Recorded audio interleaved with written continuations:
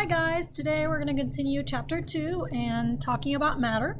So we had mentioned that matter is anything with mass and volume. So the air around me is matter, my stylus is matter, my computer is matter, this Erlenmeyer flask is matter, I'm made up of matter, the air around me is matter, everything is made up of matter except forms of energy. But anything that has mass or volume is a form of matter. Matter can be classified into pure substances and mixtures. And pure substances are things that cannot be broken down or separated or even combined physically. So let's write that down. Cannot be changed physically or broken down physically.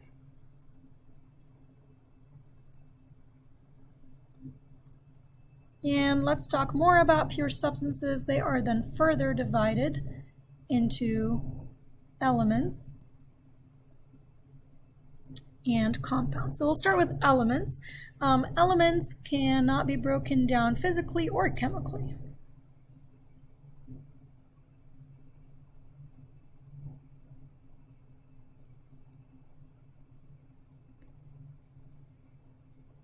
So you'd need like a nuclear reaction to change what an element is. So then elements, we have different types. We have monoatomic. Mono means one. Then we have diatomic. Di means two. And then we have polyatomic. Poly means many. So most of our elements that we think of, like for example, carbon, are monoatomic, meaning that if I draw a particle diagram, I'd have individual atoms like that, not bonded together. So yes, if you look at a chunk of carbon, there are billions of gazillions of trillions of atoms, but they are not bonded chemically together. Diatomic elements, for example, like hydrogen. Remember, there are 7 of those diatomic elements: hydrogen, nitrogen, oxygen, fluorine, chlorine, bromine, and iodine. Those exist in twos. Di means two. So if you look at a particle diagram, you see each 2 atoms are bonded together. Then we have polyatomic, meaning many atoms bonded together. You do not need to know these. This is just an FYI that they do exist. So for example, sulfur exists as rings of 8. Phosphorus exists as tetraatomic, like 4 atoms bonded together, and so on. So just know that they exist, but you don't really need to know any of the examples. So pure substances, we said, can be elements or they can be compounds. Let's look at compounds. So what are compounds? Compounds are when you combine 2 or more elements and you combine them chemically via chemical reaction. So 2 or more elements combined chemically. And because they are combined chemically, you can separate them chemically as well. Not physically, because they're pure substances still, but you can separate them chemically. So can be separated or broken down chemically, or by chemical means, but not by physical means. So an example would be water. Water is a pure substance. It is a compound. Any compound is a pure substance. Yes, you have 2 different elements, but they are bonded together. So you take 2 hydrogen atoms and an oxygen atom and you bond them chemically. And so you cannot separate it unless you do a chemical reaction. So if I wanted to draw a particle diagram of water, it would look like this. So each of these is an H2O. It's a pure substance because if you look at this group and this group and this group, they all look the same. So it's a pure substance. But within each of those molecules of water, you do have two different elements. And to show that they're bonded chemically, we draw them touching each other like that. In reality, their electron clouds are not really touching each other, but we'll talk more about that when we get to the bonding chapter. Other compounds that you're probably familiar with are carbon dioxide, maybe carbon monoxide, sodium chloride, which is stable salt, sucrose, which is stable sugar, C12H22, 11 is sucrose. Maybe you know glucose from biology. So there's a lot of, millions and millions of compounds out there. All right, now let's talk about mixtures. So what if you take two elements or two compounds, or an element and a compound, or any mixture of those? So any two or more pure substances, you put them together physically, you get a mixture. So two or more pure substances combined physically. And because they are combined physically, that means you can separate them physically as well by physical means. So these can be separated by physical means. So for example, if I have some sand and some iron, I can use a magnet and pull out my iron. So that would be a physical change. And so I can separate my mixtures by physical means. There are two categories of mixtures. We have homogeneous mixtures,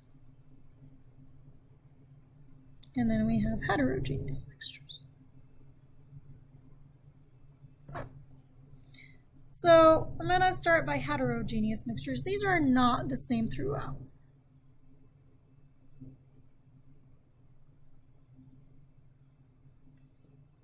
Whereas homogeneous are the same throughout. They look the same throughout. So, for example, I have some mixtures here. So, this is a homogeneous mixture. I know that because it looks the same throughout. If I look with my naked eye, I can, every part of it, top, bottom, middle, looks the same. This one is another homogeneous mixture. Everything looks the same. And this one is a heterogeneous mixture. I can definitely tell the bottom part is different from the top part. If I swirl it around, I see different parts to it. It doesn't look the same. The bottom looks very different from the top. And so that would be a heterogeneous mixture. Heterogeneous mixtures are also known as suspensions.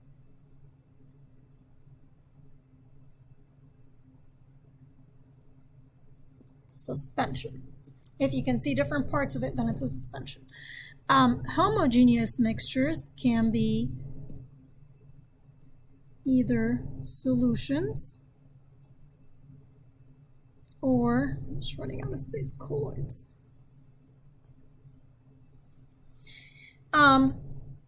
If it looks pretty see-through, translucent, kind of looks like water but might have a color, clear, then it's probably a solution. If it looks a little bit cloudy, you can kind of see the difference between them, this one would be a colloid. But to the naked eye, they look pretty much, homogeneous, right? Same throughout. The difference is the size of the particles. So these have the smallest particles. These have medium-sized particles.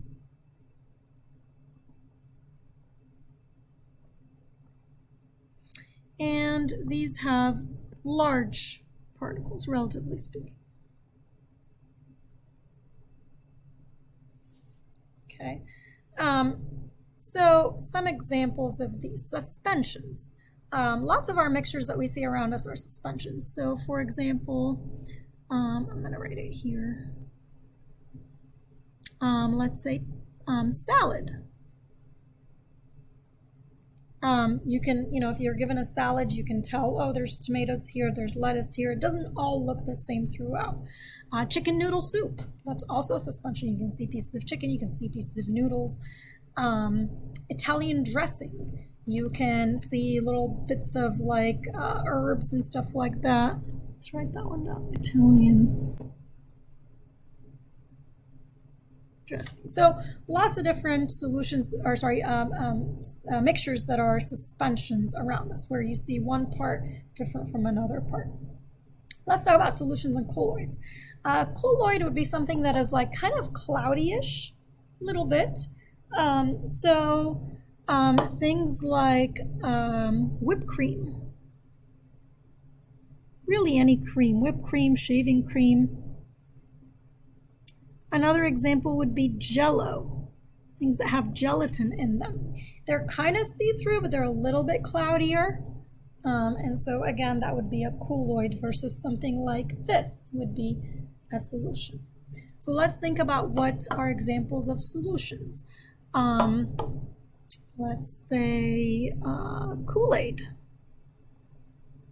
I love my Kool-Aid, right? Salt water.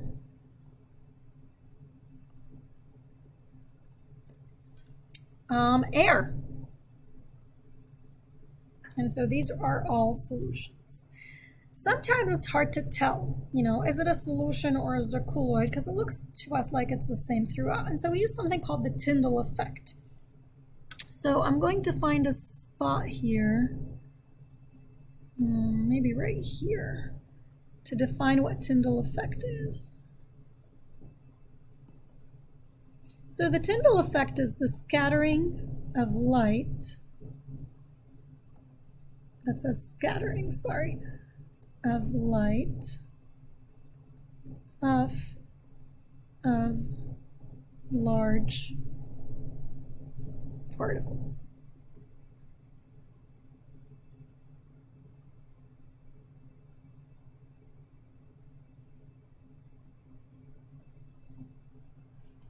So with solutions, we have a negative.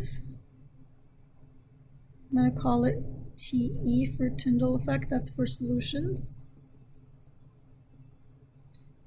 For colloids, we have a positive Tyndall effect. And for suspensions, we also have a positive Tyndall effect. So what does that mean? Let's take a look at what that means. So I have my three mixtures here. And this is a solution. And so it has a negative Tyndall effect. That means if I shine a laser through it, I'm not going to be able to see that light scattering. So let me go ahead and turn off the lights and get my laser to show you.